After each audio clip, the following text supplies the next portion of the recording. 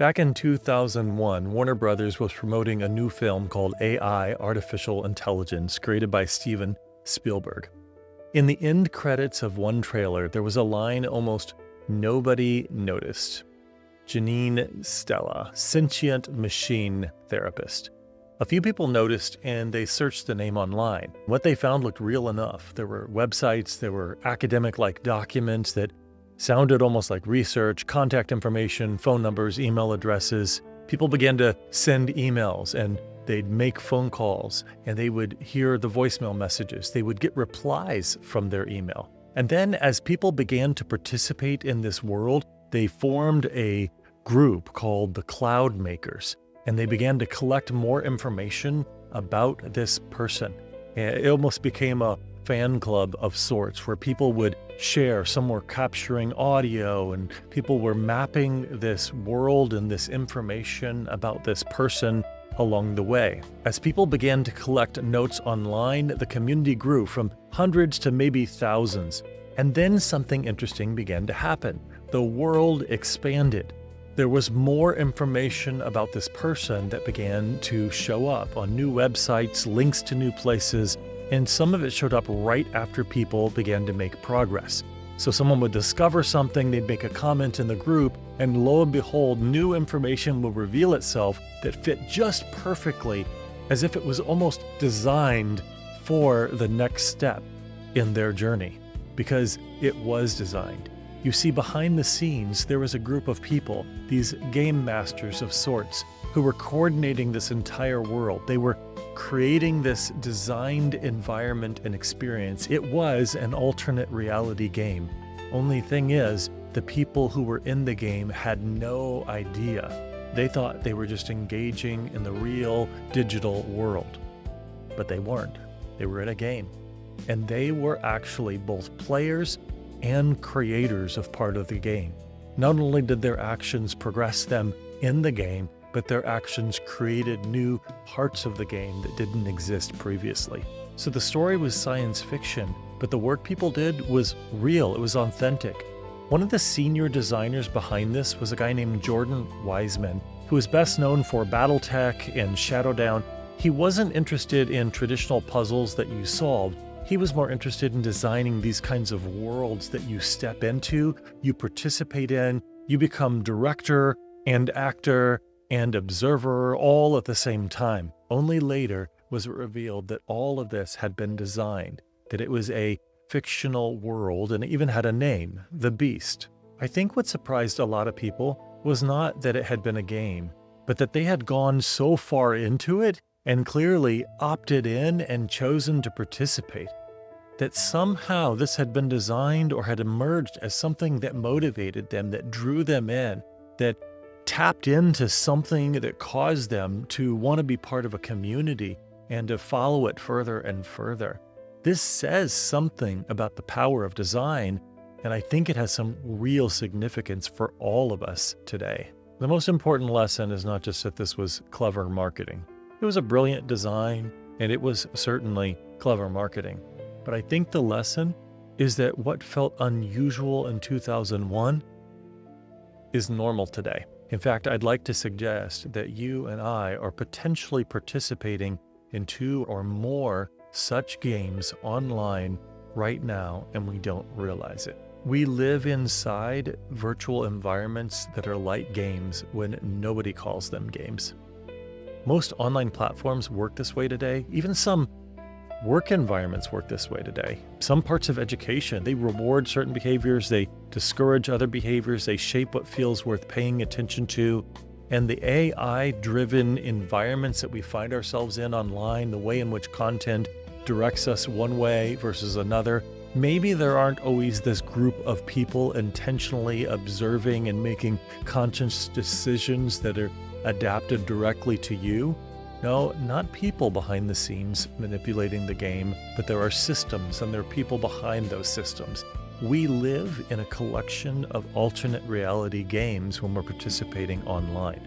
And this is not science fiction. I'm not suggesting that we live in a matrix, but I am suggesting that we live in a series of designed worlds that operate very much like these intentionally designed alternate reality games of the past. And there are some alternate reality games operating right now. You've probably walked through them. You may be participating in some of them and not realize it today.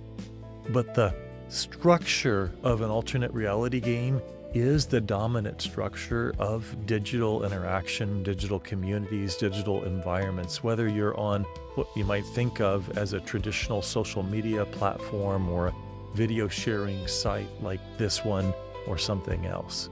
You are participating in a kind of game. I'm participating in a kind of game. You are an actor, you are an observer, you're a director, you're playing these different roles. And they're having an influence on you and an influence on other people. And they don't announce the rules. You're just in it. If you want a practical way to think about this, pay attention to what you're participating in online and ask some questions. What is getting rewarded in this environment?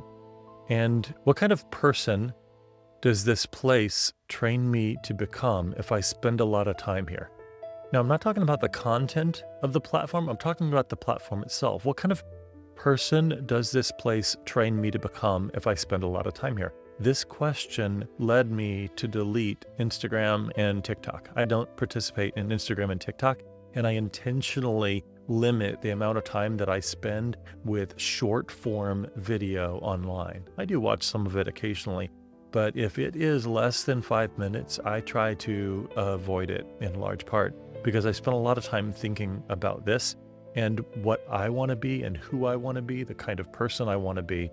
And I'm convinced that the game environments that we call social media platforms that are designed for short form and algorithm driven, they create a different kind of mind than the one that I want to cultivate in myself. This is not paranoia. It's just being aware of the worlds that we're living in today. Because once you see these incentives, once you begin to see that you are in a designed world when you're in a platform, it changes things and it gives you an opportunity to take a little bit of your agency back. You are able to make some more conscious decisions about who you want to be, how you want to be, what you want to do, and how you want to interact with other people. It gives you a chance to take some ownership and responsibility. You can still use these platforms without letting them use us as much as they do when we go through them without much deliberate thought, without much careful thinking. Once you begin to notice what's happening, we can use them in a more deliberate way. We can try to shape them and influence them, because that's the interesting thing. I told you the story of the alternate reality game, The Beast. And the reality is, if social media platforms are indeed alternate reality game-like, then the players have the power to help shape and reshape and inform, to some extent, the platform. Not entirely. There are game masters behind the scenes who are making decisions, usually driven by a desire to maximize profit. There is an economic factor behind these games, but we still can help shape what these look like, where they go, what they become. That's one reason why The Beast matters. It gives us a really clean example of how this works without all of the modern noise that's layered on top of it. There's another reason, especially if you're someone who likes to build things like I do. The Beast shows that environments do not have to rely on just force or pressure or coercion to work. People stayed in The Beast because the world responded to them, because paying attention mattered in that space. Their curiosity was rewarded. They developed a sense of community. That same design mindset can be used today. We can design environments in ethical ways and humane ways that capitalize upon some of these design principles of something like The Beast, these alternate reality game environments. Now, there are some ethical questions. I think it is important to consider when and how we communicate to people that they are indeed participating in a game. But the reality is, pretty much everything online, I'm contending, is part of some kind of designed game environment. So if you're stepping online you have to acknowledge that you are stepping into a world of multiple games and layered games that have been intentionally designed, or some that have unfolded in a almost random way. But you can use some of these principles to build communities online that organize themselves around some shared purpose or shared set of goals. You can even build small ARG-like experiences yourself, not to manipulate people, of course, but just to invite some curiosity and some shared problem solving around something that matters in your life, in your world, among those that choose to participate in it. So that's why I care about The Beast. It's an early, unusually clear example of how a responsive environment pulls people in to shared action, shared activities, meaningful activities with one another. And it leaves you with two questions that still matter today. One, what games am I really playing without noticing in the modern digital world? And two, if I'm going to help design worlds, even small ones, what kind of world am I building? And what kind of people will it shape or help?